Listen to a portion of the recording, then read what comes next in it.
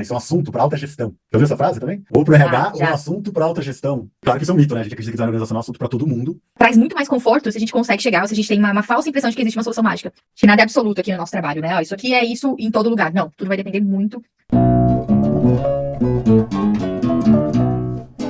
Olá, eu sou a Tami e esse aqui é mais um episódio do podcast Fim da Firma da Target You, para a gente falar das dores e das delícias do trabalho com design organizacional.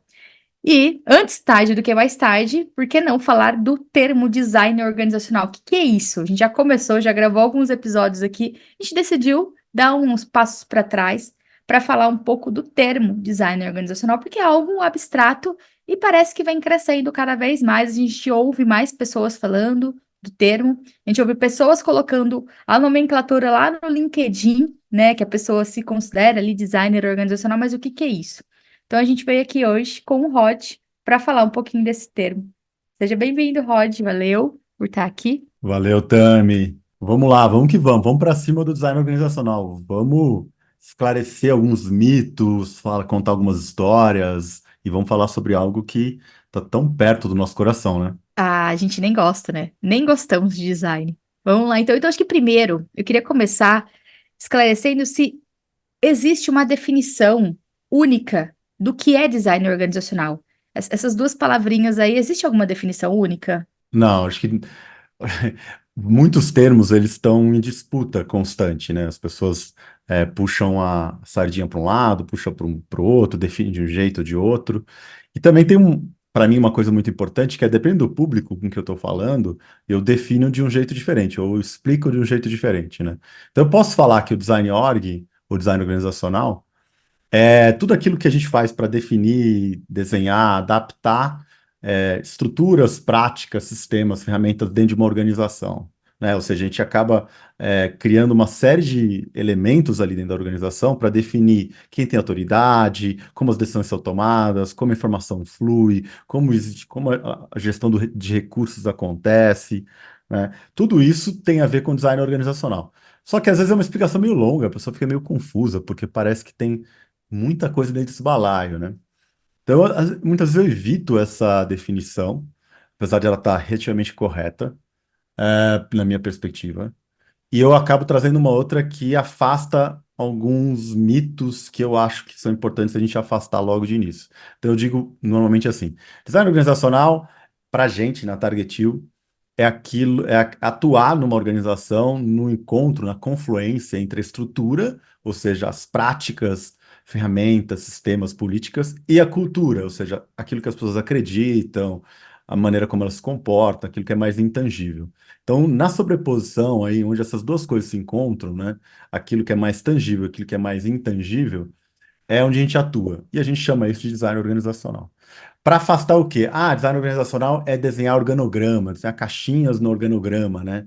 Ou design organizacional não é sobre cultura. Ah, você vai mexer no design, então você vai mexer na cultura. Eu acho muito engraçado isso, né? Porque vem de definições bem distantes daquela definição que a gente comunga e compartilha aqui na Target You, né? As pessoas às vezes acham que cultura é aquilo que está num livrinho, né, de cultura, num deck de cultura, que você hoje em dia é mais moderno, fala deck de cultura, né? Um livrinho de cultura, e design organizacional, aquilo é organograma, né? E as duas coisas parece que não se conversam. E a gente absurdamente vai na contramão disso, né? A gente fala, não, design organizacional é tudo aquilo que ah, estrutura uma organização, definindo uma série de coisas, inclusive influencia a cultura e é influenciado pela cultura, né? Estrutura e cultura estão intimamente conectados. E o design organizacional é sobre essa conexão. Isso é importante sempre falar, né? Não existe uma definição. Ah, design organizacional é isso aqui. É um termo abstrato, então existe uma disputa de narrativas, né? Na verdade, assim, cada grupo, ou cada consultoria, ou cada pessoa consultora vai considerar design organizacional com aquela sua perspectiva. Então, acho que é bem importante a gente falar que não existe uma definição, e essa é a nossa abordagem para design organizacional, é a forma com que a gente olha para as organizações, para fazer as intervenções e tudo mais. Uma coisa também que eu queria tentar esclarecer é: design organizacional é algo intencional, é algo que, então eu vou olhar para o design organizacional agora, ou não, toda organização já tem o seu design, O ponto é se você olha para ele ou não, como é que você atua ali na organização. Mas é algo, é uma ação. Ah, eu vou atuar como designer organizacional. Ou não, é algo que é. A organização é aquilo, é aquela estrutura, tem aquele design, então esse é o design organizacional dela. Interessante, também essa sua pergunta. Eu acho que, para mim, todo mundo faz design organizacional. As organizações possuem um design que também não é algo estático. Isso acaba mudando, o design das organizações acaba mudando com o tempo. Mas intencionalmente ou não, dando esse nome ou não, as pessoas e as organizações fazem. Por exemplo, quando elas decidem, vamos aqui avaliar o desempenho das pessoas para promover a meritocracia usando o Ninebox. Elas estão usando uma série de premissas, princípios, até ideologias para definir, escolher práticas de gestão, no caso, que vão afetar profundamente o design organizacional, porque nesse caso vão afetar a maneira como as pessoas trocam informações sobre desempenho, se avaliam, e etc, né? Então, esse é um exemplo típico de algo que as pessoas às vezes não nomeiam como design organizacional, mas que na nossa perspectiva com certeza se encaixa, né, como design org portanto, acontece o tempo inteiro, né? E agora refletindo sobre a minha própria pergunta, me vem que pode ser as duas coisas também, né? Eu acho que a organização ela tem aquela estrutura, ela tem aquele design que não necessariamente as pessoas podem confundir design como um design de produto, um design de um site, né, algo visual. Então pode ser algo visual também, mas não é só isso, né? Como tudo se interage ali, tudo tá interagindo dentro da organização. Mas eu acho que é interessante aqui na Target Hill, quando a gente olha para uma organização, quando a gente vai ajudar uma organização com algum desafio, a gente tem uma perspectiva de design organizacional, né? Porque quando a gente olha para ela, a gente vai olhar a estrutura, a gente vai olhar para esse design, a gente vai ter essa ação a partir dessa perspectiva. Então, talvez possam ser as duas coisas. É mais intencional o que você está dizendo, né? A gente acaba atuando de Isso. maneira mais intencional e às vezes as pessoas atuam no design organizacional sem nomear desse jeito e sem perceber as possíveis relações ou interações, como você estava trazendo, entre os elementos do design organizacional, né? Então, eu introduzo uma nova Exatamente. prática, introduzo lá um Nine Box, como que isso afeta, sei lá, uma outra cerimônia, um outro momento, ou um papel X, um papel Y, ou uma outra política? Isso muitas vezes passa desapercebido, porque é quase que feito é, de maneira não intencional, como você disse, né? E a gente não, a gente é bastante intencional no nosso design organizacional. Mas não é, talvez isso é importante já tirar como mito também, não é o que dizem, né? Assim, tem uma nomenclatura, né, no mundo da agilidade que chama BDUF, né? BDUF. O BDUF é Big Design Upfront, né? O que que é? Você pegar e desenhar um sistema em detalhes antes de começar a experimentar ele, rodar ele, etc. Então, nosso design não é BDUF, né? Então, a gente não desenha uma organização antes de começar a vivenciar essa organização, ou a gente não redesenha uma organização por completo, achando que ela vai funcionar, porque nós somos designers, então a gente vai atuar como arquitetos, que vão lá e desenham uma casa inteira, né, numa planta. A gente não desenha uma organização numa planta, a gente não desenha uma organização inteira antes de começar, né, a fazer algo. E isso é importante já desmistificar, né? É um design, mas é um design que ele é incremental, né? Ou seja, pequenas mudanças, onde a gente observa o impacto delas, né? O que acontece quando a gente promove essas pequenas mudanças e vai promovendo mudanças em cima, né? Cada vez mais incremental, né? Ou seja, um em cima da outra. É interessante também, Rod, acho que comentar o repertório, né? Porque eu acho que para você atuar como designer organizacional, é importante, a partir da minha perspectiva, ter um repertório para nos ajudar a criar intervenções que realmente ali ajudem a empresa. Por exemplo, uma das coisas que estão no nosso repertório é o pensamento sistêmico e complexidade. Porque quando a gente está falando aqui, o Roy estava explicando, né? Putz, às vezes a pessoa vai colocar lá um Nine Box, e não necessariamente ela vai analisar ou entender ali aonde esse artefato vai influenciar numa, num outro ritual da organização. Quando a gente tem essa na bagagem, né, o pensamento sistêmico e a complexidade, a gente enxerga a organização como um sistema, né? E tem elementos que interagem entre si, muitas vezes elementos que não são tão óbvios, você fala, não, isso aqui não tem nada a ver com aquilo. Só que ele pode ser impactado, e certamente será. E a gente entendendo como tudo isso funciona, a gente consegue, às vezes, identificar relações que muitas vezes à primeira vista não tem nada a ver. São, né, coisas que são totalmente desconexas. E quando a gente percebe ali, né? Quando a gente olha a partir dessa outra perspectiva de pensamento sistêmico e complexidade, a gente consegue não prever, porque nós não gostamos dessa questão de prever, mas a gente consegue perceber relações, né? Não, E aí, eu adoro prever, eu adoro prever. Só não quem não? consigo, Prever e mas controlar, eu né? adoro prever. Prever e controlar, paixão, né? O problema é assumir a nossa incapacidade, né? Paixão e frustração, né? Então, Exato. eu acho que é importante você disse, né? Quer dizer, atuar como designer org, claro que você consegue atuar sem ter repertório, claro, de maneira desastrosa, né? De maneira um pouquinho menos Sempre dá. desastrosa, sempre menos desastrosa, é preciso ter um pouco de repertório. Pensamento sistêmico é uma fatia considerável desse repertório, porque envolve, por exemplo, você entender que as coisas e os problemas. Primeiro, assim, até a ideia de problema não é algo tão preto no branco, não é algo tão simples. Infelizmente, a gente está trabalhando com sistemas sociais, sistemas complexos. Então, um problema pode não ser um problema para uma pessoa, pode ser para outra. A maneira como você define o problema acaba sendo um ponto de partida importante, né, que pode dar no beco sem saída ou não. Então, se você traz esse repertório de pensamento sistêmico, você começa a entender que, ok, então não adianta eu copiar tal prática, tal modinha que está na internet, de tal empresa famosinha, eu preciso entender minimamente como que as coisas se relacionam, mesmo assim eu não vou conseguir prever o resultado de uma intervenção, né? Apesar de eu sonhar com essa capacidade, com esse superpoder. Eu preciso entender que as coisas não são objetivas e dadas, né, como algo assim absolutamente certo, né? Tá tudo muito aberto, tem um grau de incerteza enorme, tem um grau de subjetividade enorme. E existe também uma intersubjetividade, né? A subjetividade só minha interna, mas como que a gente, como um grupo, né, nós, seres humanos, como um grupo dentro de uma organização, construímos uma realidade intersubjetiva. Como que isso acontece? Então, tudo isso acaba sendo uma base importante para você evitar, por exemplo, né, cair nas modinhas de design organizacional, né? Até agora, um tempo atrás era OKR, acho que a OKR já não é mais modinha, né? Mas a OKR, vamos usar o Ah, acho OKR que aqui. não. De repente, você tinha organizações de todos os tipos, tamanhos, querendo usar o OKR. Não, mas a organização precisa ter um objetivo.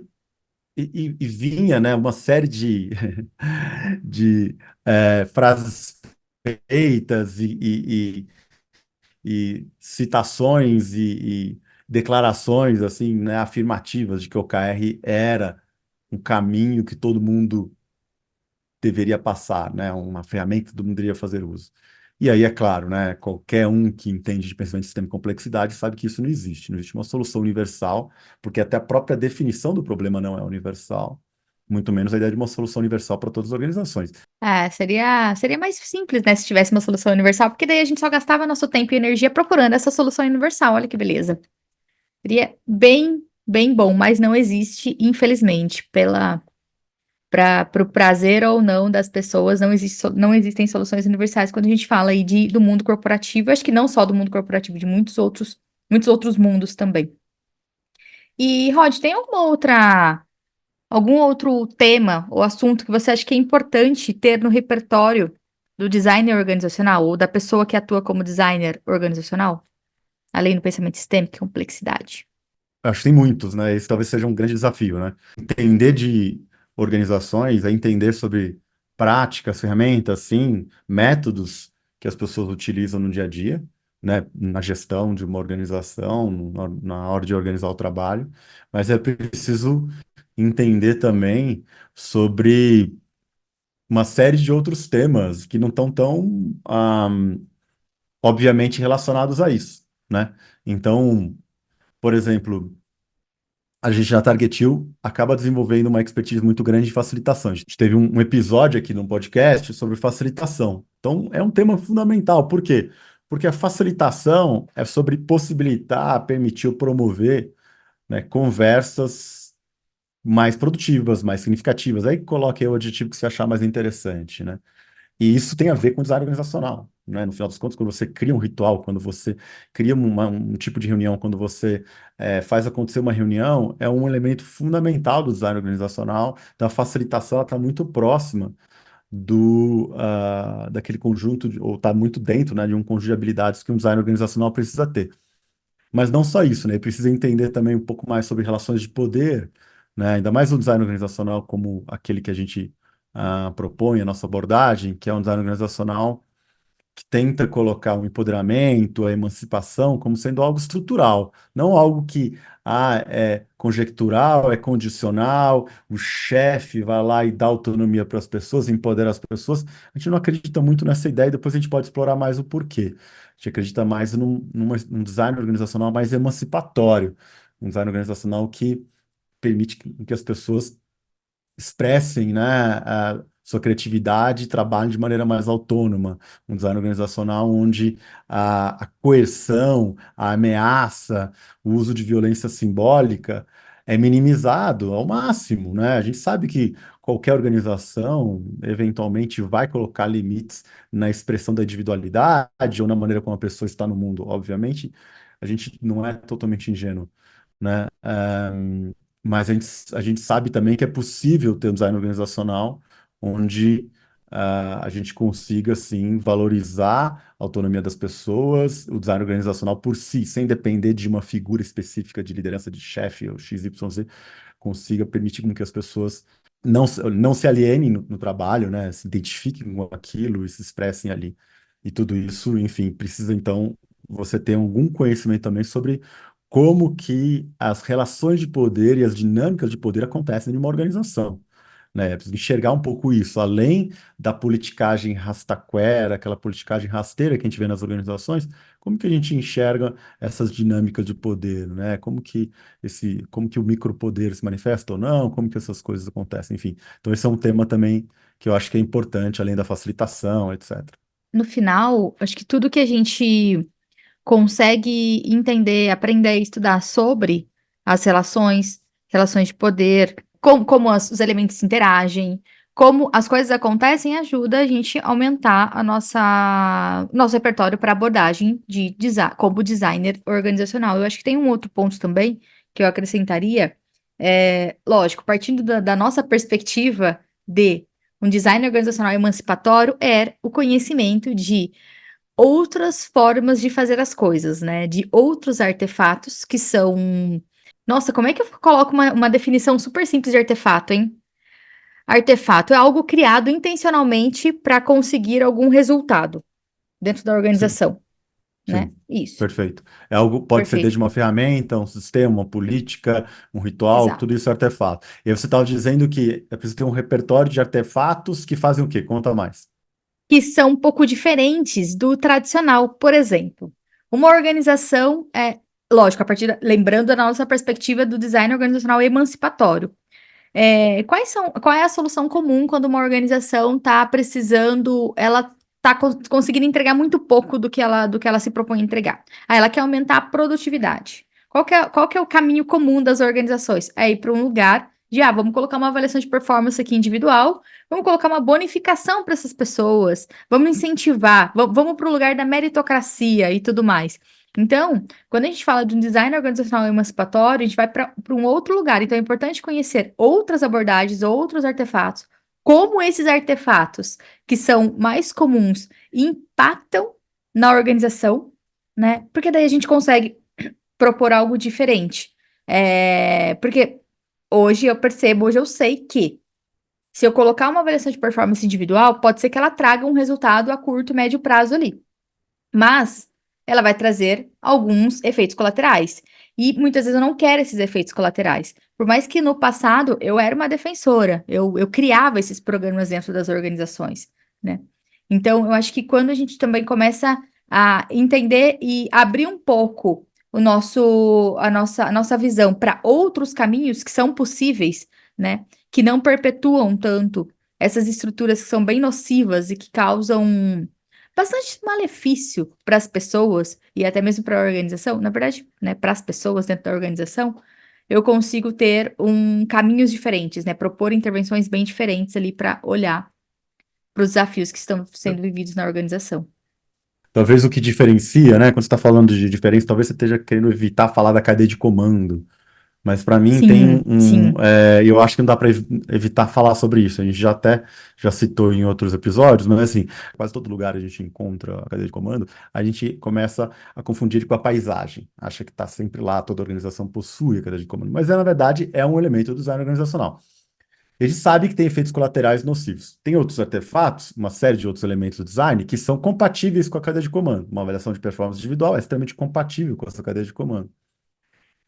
Pensar numa organização que não faz uso ou não depende de uma cadeia de comando, é necessário pensar em uma série de artefatos, uma série de soluções, políticas, sistemas, ferramentas, métodos, rituais, que não dependem da cadeia de comando para funcionar, né? E não utilizam dessa lógica.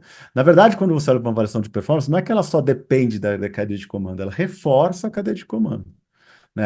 Quando você tira a possibilidade de um chefe medir a performance, medir é ótimo, né? Eu estou usando assim uma aspas bem forte no medir, porque assim, medir performance individual no trabalho, principalmente quando ele é do conhecimento, se você carrega, sei lá, saco de carvão nas costas, talvez você consiga medir a performance de quantos sacos de carvão você carrega no dia, né?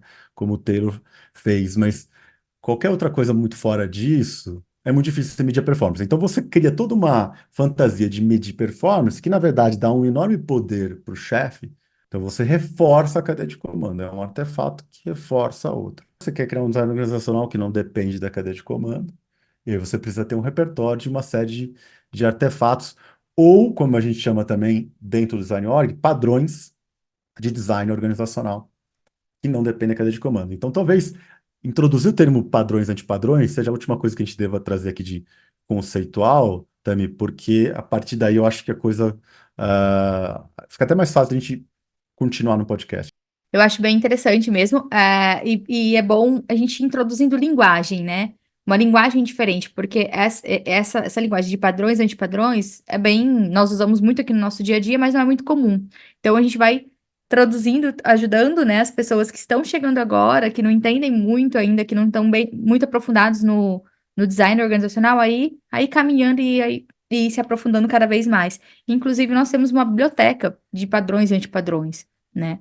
Que são observações, trabalhos que a gente já fez várias vezes, e são soluções repetitivas que num determinado contexto dê um resultado positivo, ou num determinado contexto dê um resultado negativo ali, que os resultados negativos nós chamamos de antipadrão, e os positivos de padrões. Depois eu vou deixar no link do episódio. Essa biblioteca ela está hoje restrita a padrões e antipadrões relacionados à autogestão e O2, né, Tami? Mas é Sim. importante sim trazer. A gente não está fazendo uma biblioteca muito vasta ainda de padrões e antipadrões que vão além disso, porque dá muito trabalho. No final das contas, todas as práticas de gestão você pode classificar, e essa é uma classificação obviamente subjetiva, se é um padrão ou antipadrão para aquele tipo de contexto, para aquele tipo de problema. Porque o padrão de padrão, ele só tem uma lógica quando você analisa essas três coisas: contexto, problema e solução. Então, aquela solução para aquele tipo de problema, naquele contexto, pode ser um padrão na medida em que costumeira, é costumar, né? É comum é, Costumeiramente. costumeiramente, ou costumaz mesmo, trata daquele problema de maneira satisfatória naquele tipo de contexto.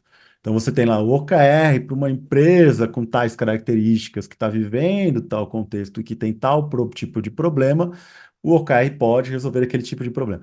Agora, o mesmo OKR pode ser um antipadrão na medida que você tenta utilizar aquela solução para um outro tipo para resolver um outro tipo de problema em um contexto diferente, né? Então, entender se é um antipadrão ou padrão é mais do que rotular as soluções. Ah, então o KR é um padrão antipadrão, o Ninebox é um padrão antipadrão. É mais do que rotular como um padrão antipadrão e mais dizer, essa tríade a gente considera um padrão, essa tríade a gente considera um antipadrão. Então, essa solução para esse problema, nesse contexto, é um padrão ou antipadrão.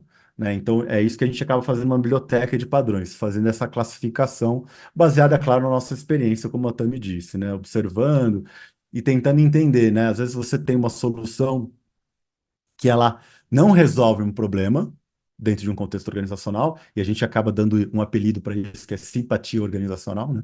É uma simpatia organizacional, sei lá, dá os pulinhos lá do São Longuinho, achando que vai achar o objeto depois.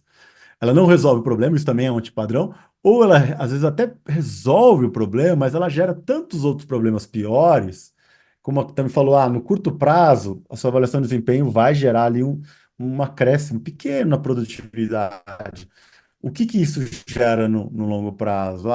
Gera descontentamento, sentimento de justiça, desmotivação para o crescimento pessoal, né? Aí você vai listando um monte de outro, e até, né, no limite, a avaliação de desempenho individual, em alguns contextos, pode até gerar baixa colaboração, né? As pessoas não colaboram umas com as outras porque elas estão tão preocupadas em só ficar bem para o chefe ou para atingir uma determinada meta de uma avaliação de desempenho, que em alguns contextos acaba gerando baixa colaboração. E aqui é importante frisar, em alguns contextos, para alguns tipos de problema.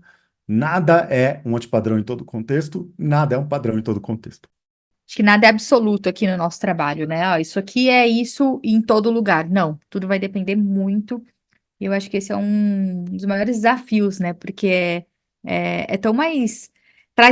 Traz muito mais conforto se a gente consegue chegar, ou se a gente tem uma falsa impressão de que existe uma solução mágica. Porque, putz, olha aqui, eu vou estudar, eu vou aprender esse padrão, eu vou aprender esse framework, vou aprender essa coisa aqui e todos os meus problemas serão resolvidos. Isso traz certo conforto, mas na verdade é um conforto, é irreal, né? Não é verdadeiro essa afirmação de que é absoluto que vai resolver todos os problemas.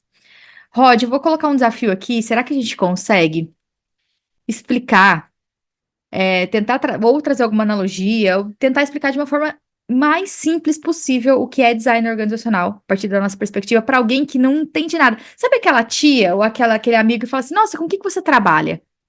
Eu sou designer organizacional.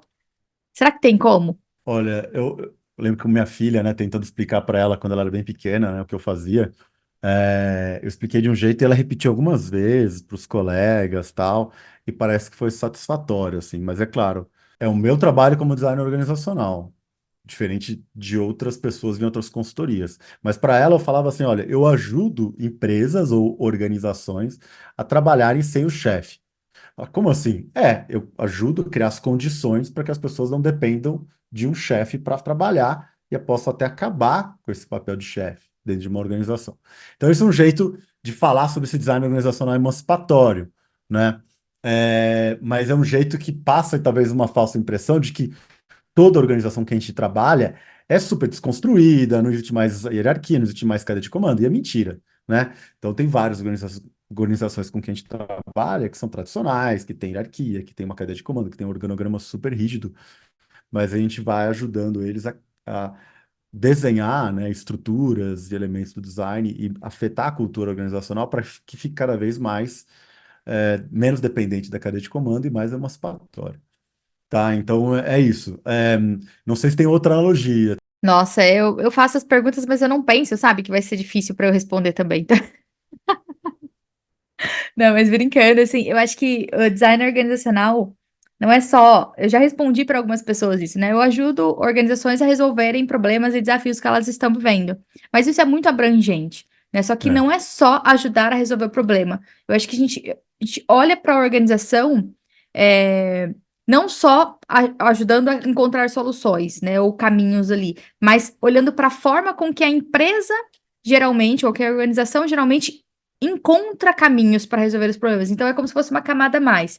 Ela já está ali resolvendo os problemas, tentando resolver as coisas ali do dia a dia, só que a gente olha para a forma com que as soluções surgem, né? E aí é mais uma camada, mas não foi de uma forma simples, né? Eu falhei na missão aqui. ficou bem Pronto. abstrato, Ficou quase que bem abstrato. você fala assim, ó, ajuda eles a resolver problemas. Tá, E mas aí? como assim, né? Então, não E sei, aí? Tami. Eu acho interessante a ideia de mudar de camada, mas ainda tá em aberto esse desafio. Acho que a gente pode deixar para os É, ouvintes aí que quiserem arriscar como que eles explicariam de uma maneira simples o que é design organizacional, mas eu acho que passa trazer alguma analogia ou metáfora diferente do que a gente não está captando aqui, né? E eu acho, vou deixar esse desafio aqui para o pessoal fazer, Vou quem sabe deixar.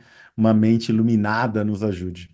Boa, boa. Ó, por favor, nos ajuda, então manda lá pra gente que vamos gostar de ouvir. Bom, acho que a gente pode falar um pouquinho, Rod, dos mitos sobre design organizacional, né? O que que será? Será que. Então, a gente vai falar aqui de alguns mitos e verdades. Vou falar aqui algumas frases e a gente discorre sobre elas. Primeira é: design organizacional é só para RH ou empresa que faz autogestão. É para os executivos decidirem, né? Isso é um assunto para alta gestão. Já ouviu essa frase também? Ou para o Ah, RH ou é um já. assunto para alta gestão, né? Exato. E claro que isso é um mito, né? A gente acredita que design organizacional é um assunto para todo mundo. Todo mundo pode observar como que a organização em que está atuando funciona e propor mudanças para que funcione melhor. Porque cada um tem uma perspectiva diferente dentro de uma organização, né? Inclusive, quando eu pego um design organizacional que está pautado na perspectiva, por exemplo, apenas de um fundador, às vezes uma startup, né, comum, né? A startup começa lá, o fundador pensa lá um jeito incrível de estruturar o trabalho, e basicamente é a verdade dele e só, né? Só a perspectiva dele, são só as tensões dele que importam, ou seja, só os problemas que ele identifica que valem a pena serem atacados, tratados. E aí o design organizacional ele fica com uma perspectiva muito particular e normalmente ele fica bastante disfuncional, né? Por quê? Porque ele não está aproveitando as diferentes perspectivas dentro de uma organização. Ele está aproveitando só a ideia, a perspectiva, né, a visão, as dores que o sócio tem, o fundador tem, né? Acho que quanto mais a gente concentra algo em alguém, a organização ela acaba sendo mais morosa para as coisas acontecerem dentro da empresa. Então, as coisas demoram para acontecer e menos diversidade eu tenho. Menos perspectivas de mundo eu tenho para lidar com soluções, e aí eu acabo que eu tenho aquela empresa toda engessadinha e que sempre vai para os mesmos caminhos, os caminhos conhecidos daquela única pessoa que está concentrado ali. Fica Então, frágil, né? Fica fica frágil, fica totalmente frágil. pouco flexível, né? E vai totalmente contra o mundo, né? O mundo que a gente vive, porque uma coisa rígida, num contexto que está mudando o tempo todo, é pedir para ir diminuindo cada vez mais, né? Pedir para sumir naquele contexto, porque não tem como, porque o ideal é que as organizações consigam se adaptar cada vez mais rápido. Uma outra é você olhar para reorg uma vez por ano.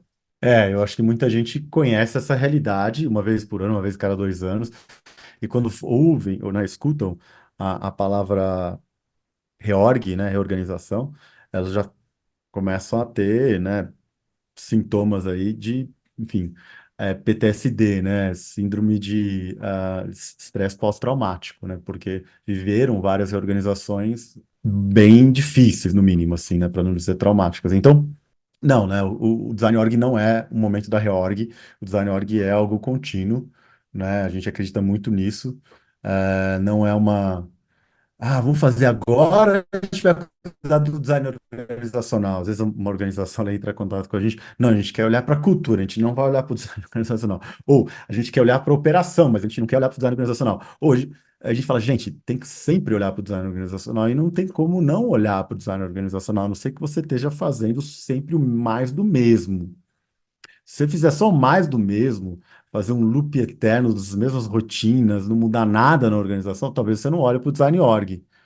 Mas qualquer coisa que você vai ter que fazer um pouquinho diferente, né? Eu vou ter que repensar um pouco esse processo, vou ter que repensar um pouco isso daqui, eu quero estimular a troca de feedback, eu quero melhorar a velocidade de tomar a decisão. Tudo isso vai passar por pelo menos experimentar com alguma coisa mudando no design.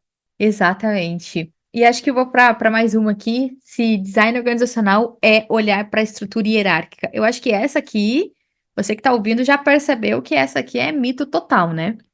Bom, para começar, a estrutura hierárquica não é o design organizacional, não é um para o outro. Ela compõe o design organizacional da organização, mas ela não é o design organizacional, mas é um dos elementos. Então, olhar para ela e tentar mudar como ela está desenhada, isso não é design organizacional. Sinto muito, mas não é. A partir da nossa perspectiva, lembrando sempre. Tem mais algum mito que você está lembrando aí? Tava pensando aqui, Tem um que eu ouvi recentemente falando de uma solução que chama Anfix, que é uma ferramenta que ajuda a organização a olhar para o design organizacional dela. Você conhece um pouco mais essa ferramenta? Sobre o Anfix, Isso. é um framework, né? E, na verdade, ficou na modinha aí, ou tá na modinha nesse momento, principalmente entre as pessoas que trabalham com tecnologia, né? No final, para mim, é mais um framework e, e o subtítulo, né, o slogan, né, que é uma maneira flexível, né, de estruturar uma organização, de fazer o design organizacional, para mim é assim muito estranho, assim, porque quando você dá uma estudada minimamente no Anfix, ele já prescreve uma série de estruturas organizacionais que funcionariam em alguns tipos de organizações para alguns tipos de contexto. É claro, se você trabalha com software, com desenvolvimento de produto de software, talvez muita coisa do Anfix seja útil para você. Se você trabalha com desenvolvimento de produto de software em alguns contextos, tá? Agora, se você não trabalha com software, se você trabalha, sei lá, você trabalha com logística, você trabalha com, sei lá, varejo, você trabalha com ah, organização sem fins lucrativos, toda a lógica do Anfix cai por terra, né? Tudo que ele prescreve cai por terra. Então, não é um framework de design org tão ah, flexível, no sentido de ser adaptável a vários contextos. É que existe uma certa visão, talvez um pouco míope, de quem trabalha com tecnologia, de achar que todas as organizações deveriam funcionar como eles funcionam. A gente desenvolve software, tudo devia funcionar como a gente. Não, não deveria. Não faz sentido, né? Uma organização que trabalha em outra área precisa funcionar de outro jeito. E até talvez uma organização que trabalha com software, mas que tem um histórico diferente, que trabalha, tem um, sei lá, um nível de maturidade de produto diferente, que tem uma série de coisas, pode ser que demande uma estrutura também diferente, né? E também tem toda uma questão de adaptação, né? Como que você sabe de uma estrutura atual para aquela que está prescrita no Anfix. Apesar de o Anfix propor como sendo um framework, ou seja, uma série de elementos que vão ajudar a definir e nomear como que os times se organizam, como que, né, as áreas são recortadas, no final das contas, é extremamente limitado no uso dele. Se a gente for parar para pensar no nosso trabalho, por exemplo, né, Tami? Hoje, eu acho que 40% no máximo dos nossos clientes são da área de tecnologia, né? Ou até um pouco menos. A gente Uhum, tem muitos clientes onde as ideias contidas no Fix ali não fazem o menor sentido, né? Não faz uma... esse aqui é um time de plataforma, esse aqui é um time... Não faz o menor sentido. uhum. Realmente é um framework que, para quem trabalha com desenvolvimento de software, vale a pena você dar uma estudada e entender. Talvez você tire ali lições importantes. O que acaba sendo um framework, tá, gente? Só para explicar. Um framework, muitas vezes você pega, por exemplo, né, um Scrum, um Fix, ou sei lá o quê. É um conjunto de padrões de design organizacional, né? Quando você pega um padrão específico, por exemplo, no Scrum você tem lá uma daily, que é um padrão, né? Ou pode ser um antipadrão, claro, para algum contexto pode ser um antipadrão, mas é uma prática de você fazer uma reunião diária, né? Ou você está fazendo uma reunião de planning, uma reunião de planejamento, né? De sprint, no caso do Scrum. É um tipo de reunião específica para planejar uma série de coisas. Então, o Anfix, ele agrupa uma série de padrõezinhos ali dentro, né? E aí acaba sendo um framework que é adaptável, obviamente, né? Você consegue ter um certo nível de adaptação, mas como ele nasce dentro de empresas de tecnologia, né, que trabalham com desenvolvimento de software principalmente, ele nasce já muito enviesado para atuar naquele contexto. Ele não nasce a partir de um olhar de design org que trabalha com contextos tão diversos como, por exemplo, a gente aqui na Target U, né? Então acaba sendo mais um framework aí no mercado, vai ter seus defensores, vai ter as pessoas só apaixonadas por eles.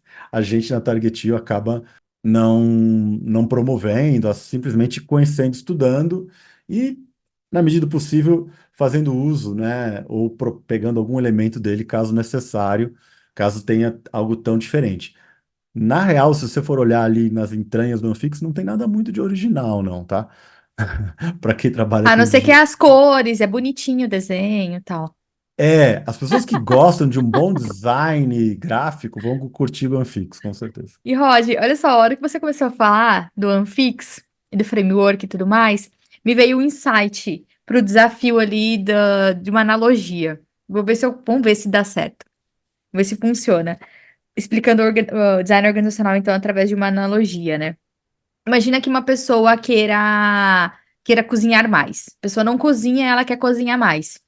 E quando a gente parte de uma abordagem mais não olhando para o design organizacional, provavelmente a solução seria, se ela fizer um curso de receitas ou de cozinha, se ela aprender a cozinhar, ela vai, né, tiver muitas receitas, acesso a muitas receitas, ela vai conseguir cozinhar mais. E quando a gente olha para esse problema, para essa vontade dessa pessoa, a partir de um design organizacional, a gente vai entender qual que é a rotina dela, o que que existe na rotina dela que impede com que ela cozinhe mais? Será que tem algum artefato que ajude com que ela cozinhe mais? Como é que a gente pode experimentar essa forma dela cozinhar mais? Então, talvez um livro de receita. Então, aí a gente vai sugerir coisas para que essa rotina dela mude, né? Então, a gente não olha só para um problema e solução, a gente olha para o todo para conseguir trazer intervenções que tragam, que tenham mais sucesso, né? Da pessoa conseguir atingir aquilo que ela queira. Interessante tentar criar uma metáfora, né? É pensar também em times, né, de esportes, né? Porque o que o time de esporte tem também é interessante essas interações, né, interpessoais, como as pessoas se relacionam, né? E no caso de uma organização, a gente também atua nesse sentido. Nas relações interpessoais também acabam sendo afetadas pelo design organizacional, né? Então, isso também é uma maneira talvez de criar uma metáfora, né? Um time esportivo, ou até, enfim, tudo o resto é muito difícil. Assim, eu estou tentando imaginar, mas ainda está me escapando uma boa metáfora para o trabalho de design organizacional. Então, esse ano a gente consegue criar uma boa metáfora. Bom, então acho que para não desistiremos. Eu acho que eu queria falar um pouquinho agora de exemplos de problemas, né, de desafios resolvidos aí a partir do design organizacional. Será que a gente lembra de alguns cases, alguns casos aqui para compartilhar? Acho que a gente consegue sim lembrar de algum sim. Então vamos lá. Vou trazer um que eu estava relembrando ontem mesmo, né? Conversando com um cliente. Um tempo atrás, eu estava num projeto e ele tinha como objetivo aumentar a autonomia de um time lá no chão de fábrica, né, de uma indústria. E uma visão que não tem no design organizacional, quer dizer, uma visão de não design organizacional é a visão de, aquele time falta maturidade. Ele não é maduro porque falta maturidade. E aí você fica assim, ok, não vou nem discutir sobre o significado de falta maturidade, porque pode ser um buraco sem fundo. Mas o que que você está propondo, então? Que a gente coloque eles numa estufa para eles amadurecerem mais rápido, né? Tipo uma planta? Não estou entendendo. Vou dar um curso, né? Claro, vou dar um curso de autonomia. Enfim, muito ruim, né? Esse tipo de abordagem. Então, como design organizacional, eu comecei entendendo o que estava sendo feito para melhorar a autonomia deles e tentando entender também o que eles nomeavam como não ter autonomia. Então, eu perguntei para eles, né? É, Você sente que tem autonomia no seu dia a dia? Não, mais ou menos. Quando é que você sente que tem autonomia e não tem, né? E fui explorando o significado do termo e como que a autonomia estava relacionada a outros temas. E acabei encontrando, por exemplo, que tinha problemas de ergonomia, veja só, ergonomia, que, na opinião dos operadores, afetavam a autonomia deles.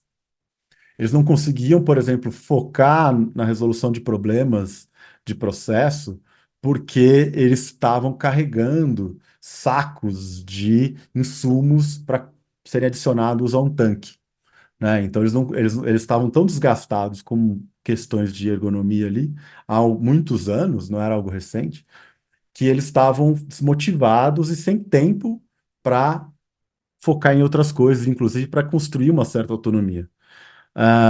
Então a gente começou a desenvolver soluções de ergonomia que até então deviam ser tema de discussões, mas eram tema de discussões que já partiam de estruturas que não funcionavam. Por exemplo, existia um comitê de ergonomia na fábrica, naquela unidade, né?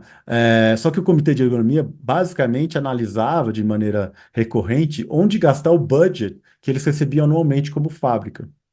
E na hora eles acabavam usando esse budget, então, para comprar algo, para investir em coisas que todas as linhas na fábrica inteira e todas as pessoas eram afetadas. Porque era um comitê que a gente precisava entrar em consenso onde usar aquele dinheiro que vinha anualmente. Só que aquele problema daquela linha específica, que não afetava as outras linhas, não era endereçado, né, aquele problema de ergonomia.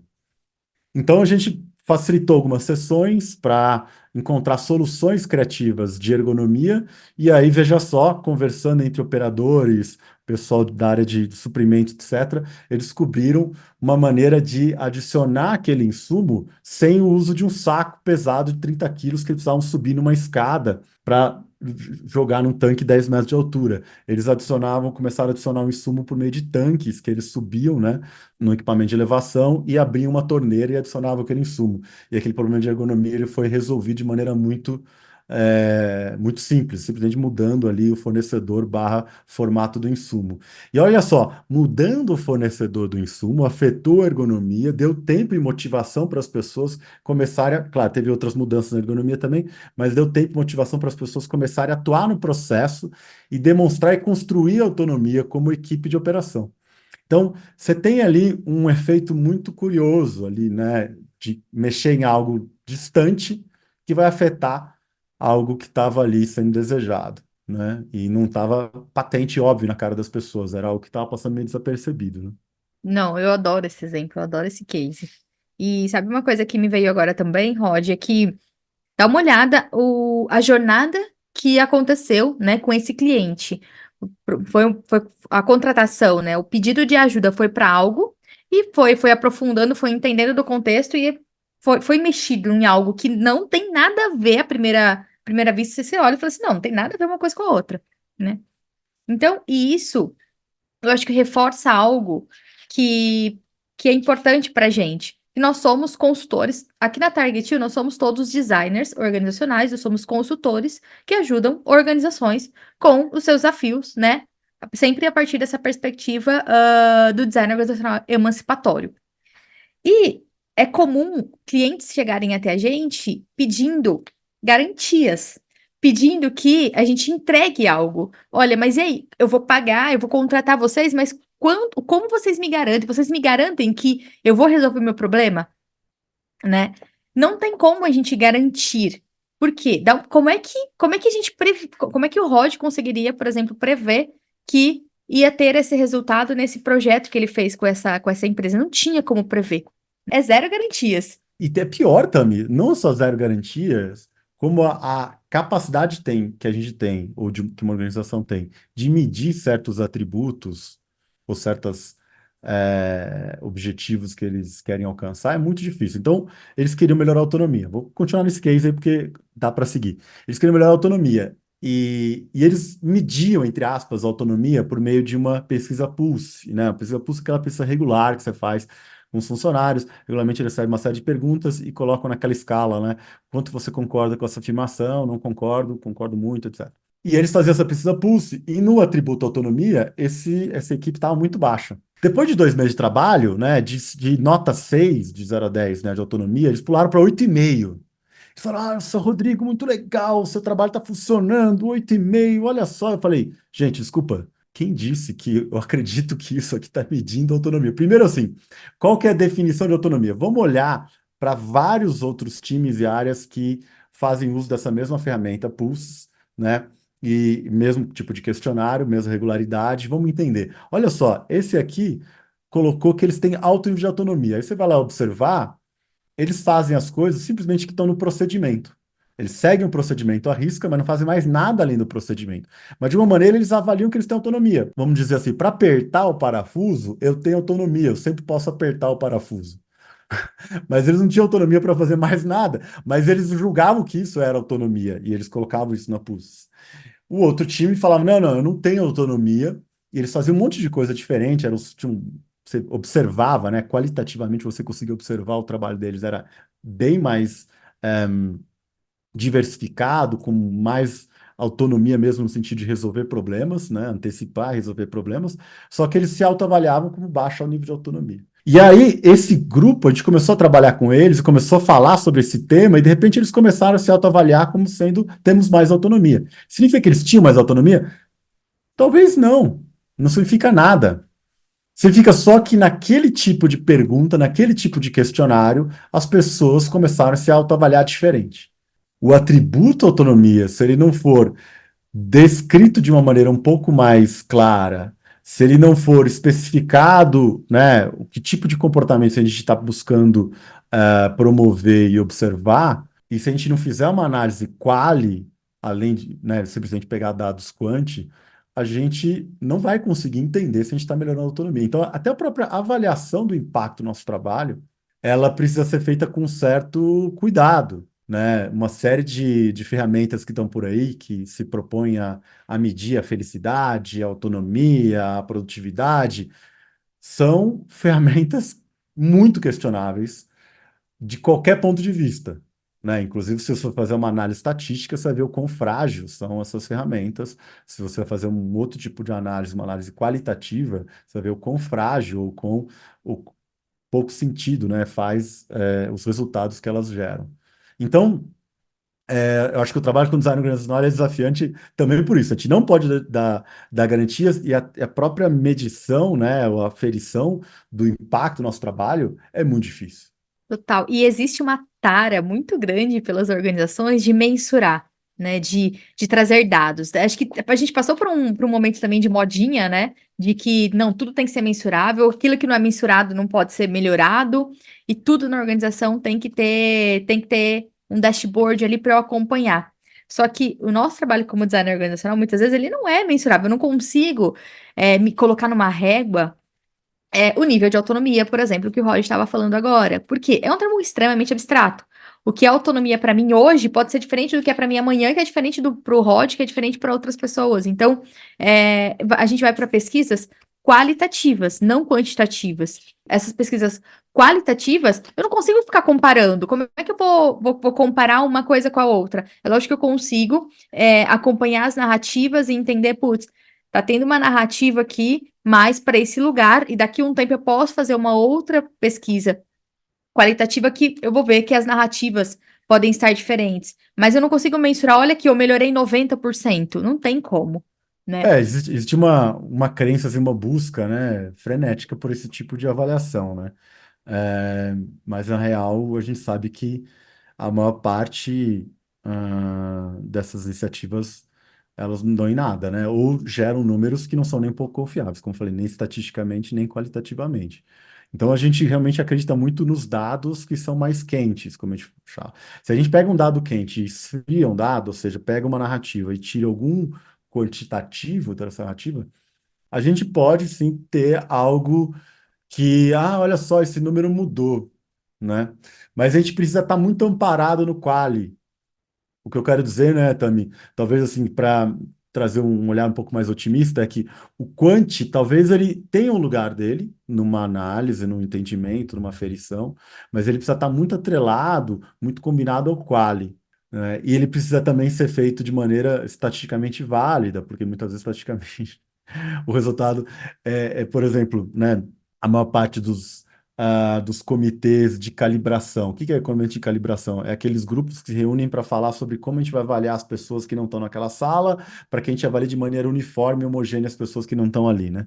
Então, isso é uma prática comum de RH, né? Comitê de calibração, ou chame do que você quiser.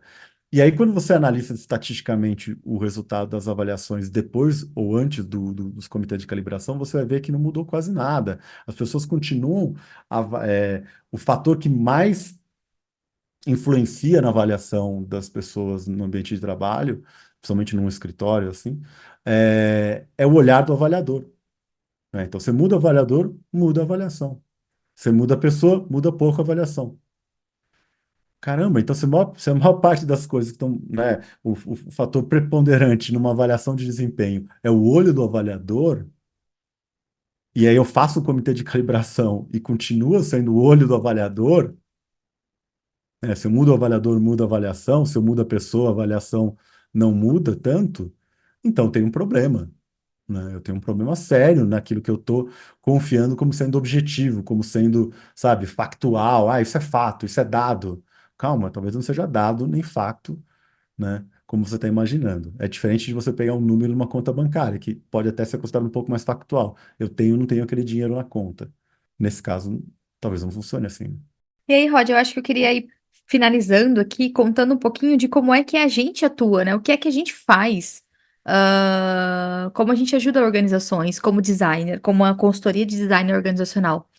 E eu acho que acho que eu dividiria a nossa forma de atuação em duas, assim. Nós ajudamos organizações a resolver os seus desafios com uma perspectiva de design organizacional emancipatório. Então, ajudamos organizações de diferentes tamanhos, diferentes segmentos, né? Diferentes formatos, desde ONGs a organizações gigantescas.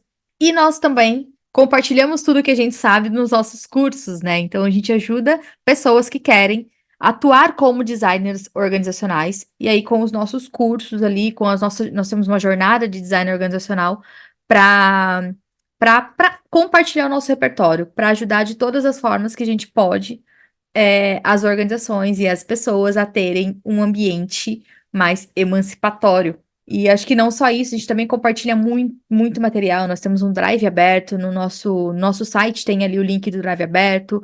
Temos muitos artigos no nosso blog, no nosso Instagram, LinkedIn, que mais, Rod? Todo lugar, né? Muita coisa. YouTube, a gente deve ter mais de cento e poucos artigos, né, no nosso blog. E agora a gente está começando a trabalhar também com livros eletrônicos, né? A gente está trabalhando com um formato de livros que você acessa pela internet e pode comprar também em papel, para quem gosta de ter em papel. Inclusive, esses livros que a gente está produzindo, a gente está entregando aí na forma digital, na faixa, né? Na faixa, exato. E com inteligência artificial embutida ali, que você pode interagir com o livro, você pode conversar com a inteligência artificial ali e trazer conceitos do livro para quem gosta de estudar, né? Para quem tem técnicas de estudo, ajuda bastante. Eu acho que é isso, né? Acho que tá bom por hoje falar um pouco de design organizacional. Segue a gente nas nossas redes. Muito obrigada por ouvir a gente até aqui. Se tiver algo para compartilhar, algum pedido, algum feedback, a gente sempre adora bater um papo e temos também uma comunidade. Essa comunidade está ali no Discord, que é uma plataforma, e tem bastante troca, compartilhamento de material, e é isso. Você quer passar mais alguma coisa, Rod? Algum recado final? Não, é isso aí. Um abraço a todos e todas. Nos vemos em breve. Um beijo. Tchau.